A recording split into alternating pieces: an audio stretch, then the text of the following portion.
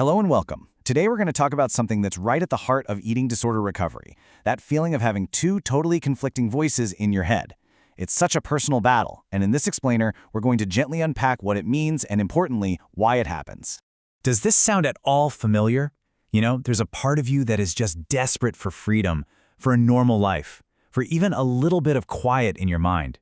But then there's this other voice, and it's a loud one, pulling you right back, whispering about control and needing things to stay the same. This is that core conflict we're going to explore together. So first things first, having these two opposing voices, it is not a sign that you're doing something wrong.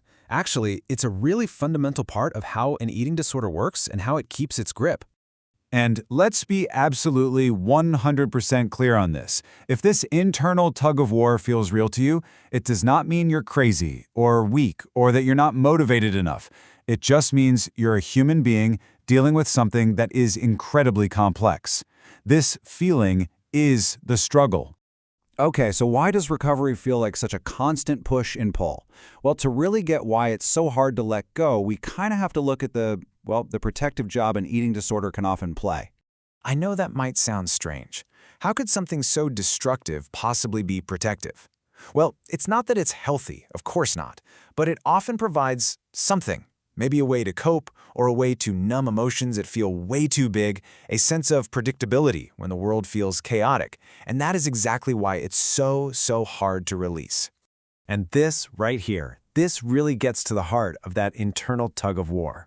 The disorder might give you a feeling of control, but at the same time, it costs you all your energy. It might numb out intense emotions, but it steals your freedom and your mental peace. You see?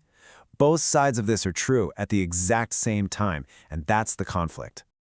This leads us to a really common place. You might be thinking, but my weight is fine now, so why do I still feel so stuck? This is where we need to kind of zoom out and look at what recovery is about beyond the physical side of things. This is such a powerful thing to say, and it's so valid. It just goes to show that even when the outside stuff looks okay, the internal world can still feel like a total battlefield. So this is where we shift our focus, away from the body and more toward the brain. Because real, lasting recovery is about so much more than a number. It's about actually feeling safe in your own skin. It's about reclaiming the huge amount of brain space the disorder has been renting out for free. And it's about building up enough internal safety that the eating disorder voice can finally quiet down. So how do we do this in a practical way? Well, one really gentle and effective method is to lower the pressure.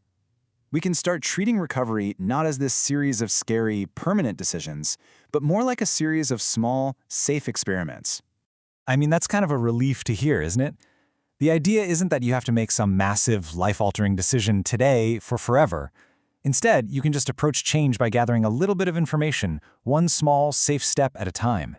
The process is pretty straightforward, really. You start with a hypothesis, which, let's be honest, is usually your biggest fear. If I try this, this awful thing is going to happen. Then you run the experiment and you just observe what really happens. The goal isn't just the outcome, it's what you learn about yourself and about the disorder's predictions along the way. And that is the whole point. Every little experiment gives you new information. And that knowledge, that's what starts to chip away at the fear. It's what empowers you to make choices based on your actual experience, not just on the disorder's empty threats. This brings us to our last, and honestly probably the most important point.